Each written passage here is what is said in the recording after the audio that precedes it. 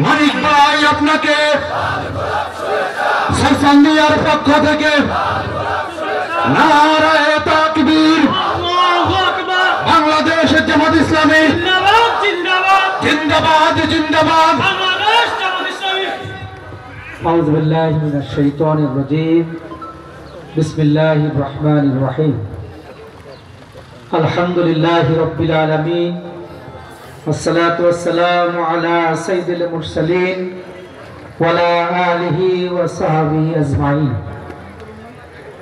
মুক্তিকামী মানুষের প্রিয় ঠিকানা, বাংলাদেশের স্বাধীনতা সার্বভৌমত্বের অতন্দ্র প্রহরী বৃহত্তর ইসলামী আন্দোলন বাংলাদেশ জামাত ইসলামী সোনাগাজী উপজেলার 6 নং চরচান্দি ইউনিয়নের উদ্যোগে আজকের এই ঐতিহাসিক কর্মী সম্মেলনের সংগ্রামী সভাপতি, চরচান্দি ইউনিয়নের সম্মানিত আমির জনাব মাস্টার মুজিবুর রহমান, আজকের এই কর্মী সম্মেলনের প্রধান অতিথি বাংলাদেশ জামাত ইসলামীর কেন্দ্রীয় মজলিসে শুরার অন্যতম সদস্য, চট্টগ্রাম উত্তর জেলার সম্মানিত আমির, সাবেক ছাত্র নেতা, ইসলামী ছাত্র শিবির চট্টগ্রাম বিশ্ববিদ্যালয়ের সাবেক সভাপতি জনাব আলাউদ্দিন সিদ্দার, আজকের এই প্রোগ্রামের অন্যতম বিশেষ মেহমান বাংলাদেশ জামাত ইসলামীর কেন্দ্রীয় মজলিস শুরার অন্যতম সদস্য, ফেনী জেলা জামাতের নবনির্বাচিত আমির প্রখ্যাত আলেম দ্বীন জনাব মুফতি আব্দুল হান্নান, উপস্থিত আছেন জেলা জামাতের কর্মপরিষদের সম্মানিত সদস্যবৃন্দ, উপজেলা জামাতের সম্মানিত আমির মাওলানা মোহাম্মদ মুস্তাফা, পৌরসভার আমির মাওলানা কালিমুল্লাহ সাহেব, উপজেলা এবং ইউনিয়নের সম্মানিত নেতৃবৃন্দ, আগত অতিথিবৃন্দ,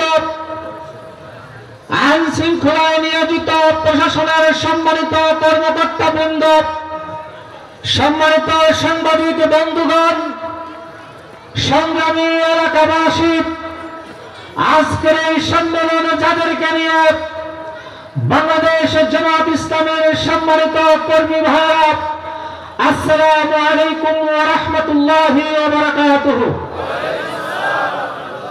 আল্লাহ রাব্বুল আলামিনের দরবারে শুকরিয়া আদায় করছি, যার একান্ত মেহেরবানিতে 5 আগস্ট আজকের এই পরিবর্তিত পরিস্থিতি, যেই বাংলাদেশ আজকে স্বৈরাচার মুক্ত বাংলাদেশ হিসাবে স্বীকৃতি লাভ করেছে, আল্লাহ সুবহানাহু ওয়া তাআলা আজকের মুক্ত ভারিত পরিবেশে বাংলাদেশের জামাত ইসলামের কর্মী সম্মেলনের আয়োজন করে তৌফিক দিয়েছেন, আমাদেরকে আসার সুযোগ করে দিয়েছেন। আল্লাহর শুকরিয়া আদায় করছি, আলহামদুলিল্লাহ।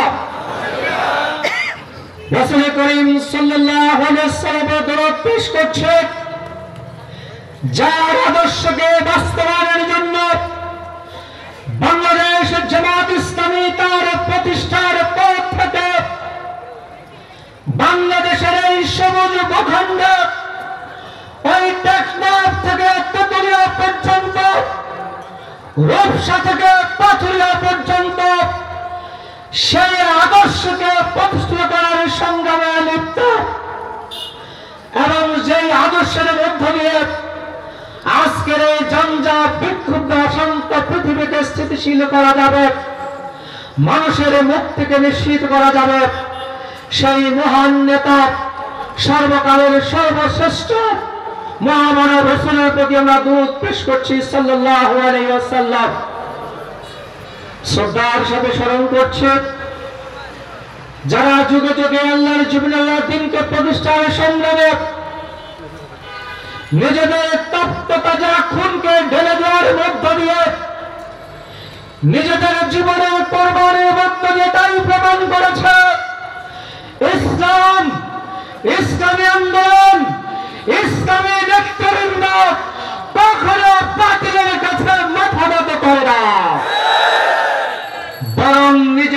জীবনের কোরবানির মধ্য দিয়ে অনাগত প্রজন্মের জন্য এক সোনালী রাস্তা নির্মাণ করে তাদের জন্য সত্যের সাক্ষ্য থাকে।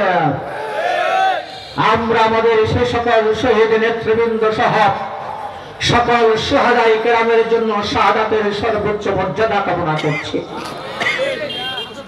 বিশেষ করে বাংলাদেশের উপর থেকে 70 বছরের যে জগদ্দল পাথর, যে দুঃশাসন বাংলাদেশের জনগণের নামিশ্বাস অবস্থা তৈরি করেছে, মানুষের ভোট এবং ভোটের অধিকারকে কেড়ে নিয়েছে, গণতান্ত্রিক প্রতিষ্ঠানগুলোকে এক এক করে গলা টিপে হত্যা করেছে, মানুষের মান অধিকারকে বিলম্বিত করেছে, যে ফ্যাসিস্ট আওয়ামী দুঃশাসন, এই দুঃশাসন থেকে মুক্ত করার জন্য আমাদের ছাত্র জনতা যে লড়াই করেছে, সংগ্রাম করেছে, 2 সহস্রাধিক যে সকল তরুণ ছাত্র যুবক কিশোর তাদের জীবনের কোরবানির নাজগান পেশ করেছেন।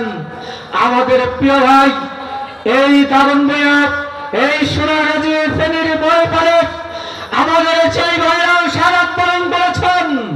সরওয়ার জাহান মাসুদ, বোরহান মাসুম সাহেব, আমরা সমস্ত শহীদ ভাইদের জন্য মানবের দরবারে শাহাদাতের সর্বোচ্চ মর্যাদা কামনা করছি।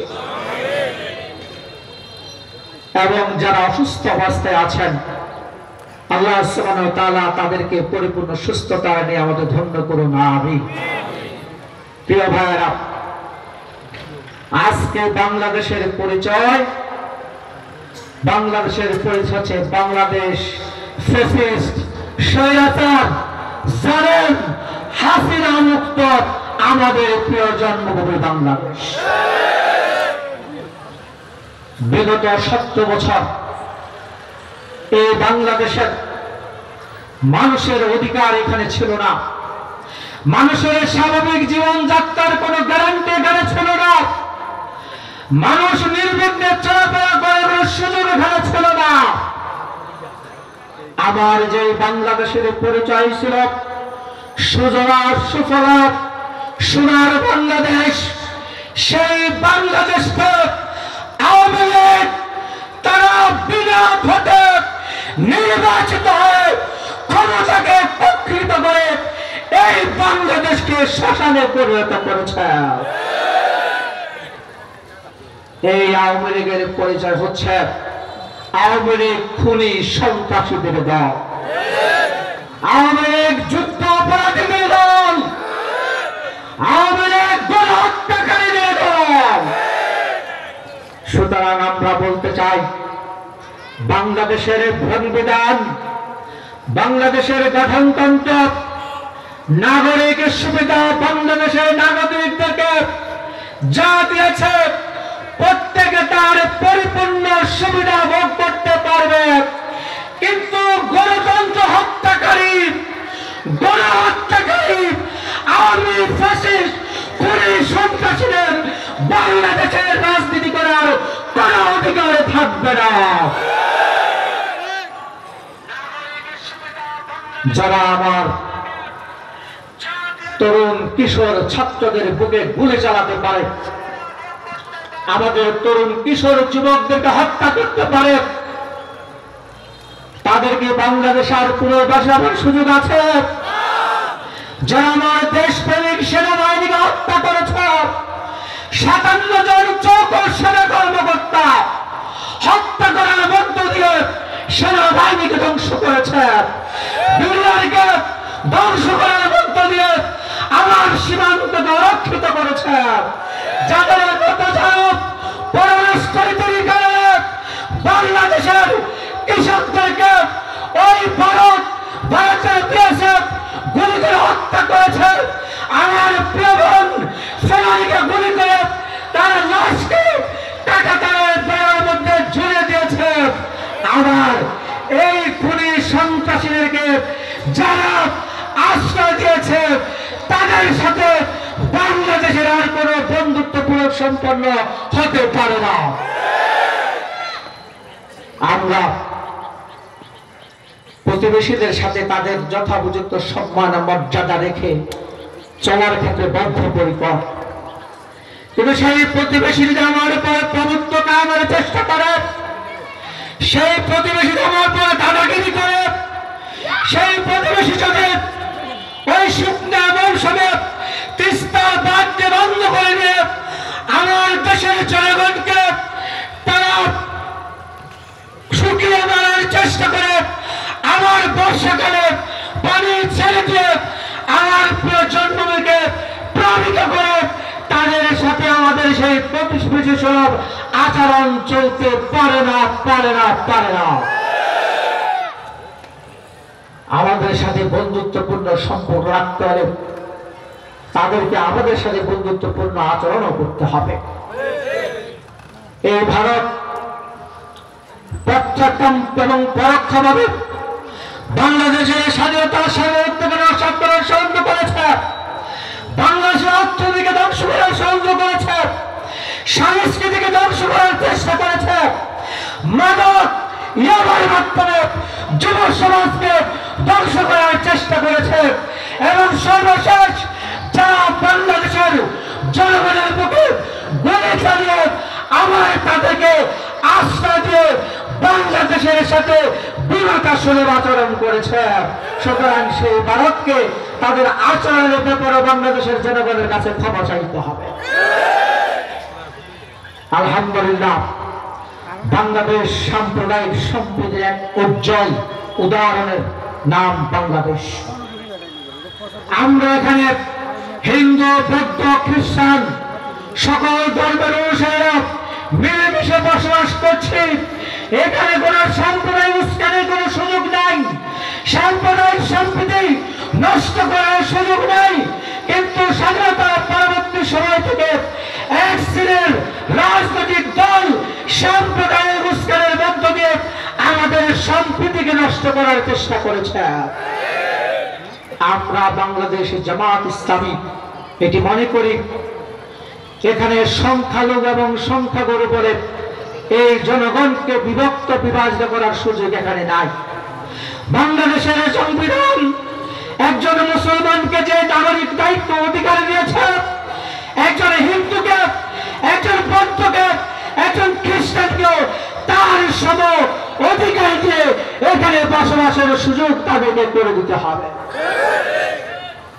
আজকে যে সকল হিন্দু ভাই এখানে আছেন তারা আমাদের ভাই, তাদের নিরাপত্তার দায়িত্ব আমাদের। তারা যদি কোনো দুঃখ কষ্ট উপলব্ধি করেন, তারা যদি কারো কাছ থেকে কোন হুমকির আশঙ্কা করেন, তারা যদি কারো কাছ থেকে কোনো খারাপ কোনো অশুভঙ্গিত আশঙ্কা করেন, বাংলাদেশের জামাত ইসলামী অতীতের মতো আপনাদের পাশে থেকে আপনাদের কাঁধে কাঁধ মিলিয়ে হাতে হাত থেকে আপনাদেরকে সহযোগিতা করবে ইনশাআল্লাহ।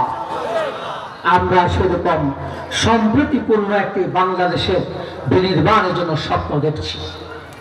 বাংলাদেশের জামাত ইসলামী উন্নয়নের রাজনীতি করে, বাংলাদেশের জামাত ইসলামী উৎপাদনের রাজনীতি করে, বাংলাদেশের জামাত ইসলামী গণতন্ত্রের রাজনীতি করে, বাংলাদেশের জামাত ইসলামী আমাদের স্বাধীনতার যে তিন মূল মন্ত্র রয়েছে, সাম্য, মানবিক মর্যাদা এবং সামাজিক সুবিচার, এই তিনটি মূল মন্ত্রকে প্রতিষ্ঠিত করার মধ্য দিয়ে মানুষের জন্য একটি সুন্দর সমৃদ্ধ বাংলাদেশ বিনির্মাণের চেষ্টা করে যাচ্ছে।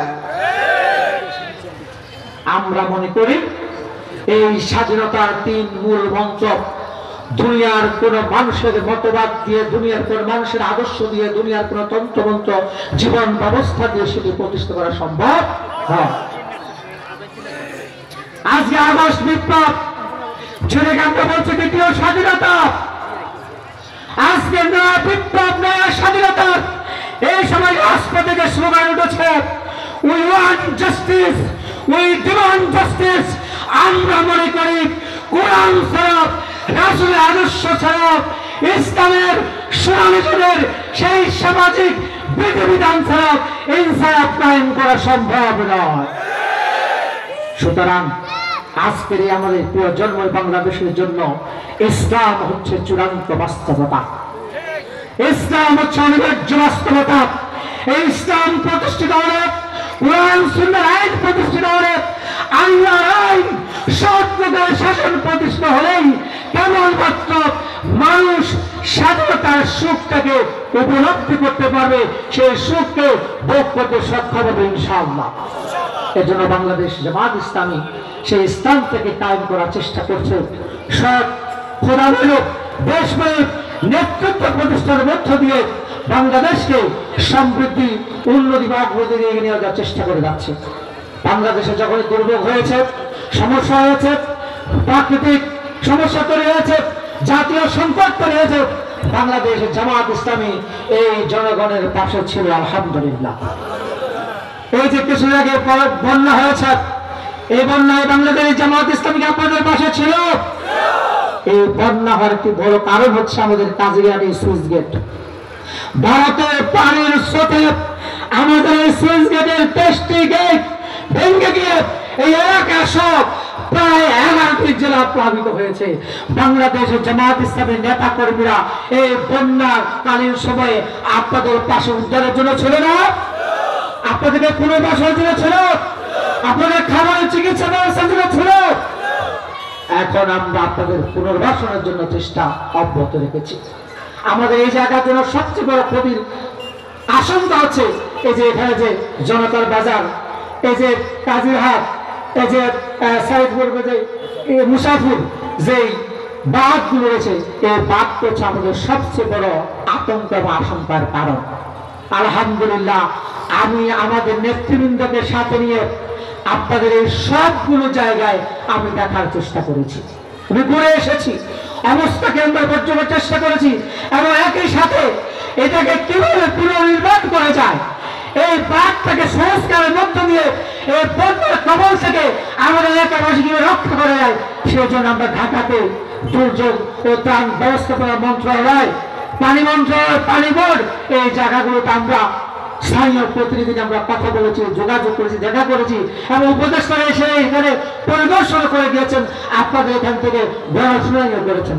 আমরা আশা করছি সময়ের ব্যবধানে এখানে একটি ভালো সুব্যবস্থা হবে ইনশাআল্লাহ। শুধু বাদ নয়, আমরা পুরো সোনাগাজী দাগন ভূঁইয়াকে একটি সমৃদ্ধ, একটি উন্নয়নশীল, একটি মাদক মুক্ত, একটি বেকার মুক্ত, একটি শিক্ষায় সমৃদ্ধ সোনাগাজী দাগন ভূঁইয়া গড়ে তুলতে চাই। আপনাকে আমাদেরকে সহায়তা করতে প্রস্তুত আছেন? ইনশাআল্লাহ। আমাদের আগামী রাজনীতি সেবার রাজনীতি, কল্যাণের রাজনীতি, উন্নয়নের রাজনীতি, আমরা সেই রাজনীতি করার জন্য বদ্ধপরিকর। ইনশাআল্লাহ আপনাদের সহযোগিতা পেলে আমরা কাজগুলো এগিয়ে নিতে পারবো।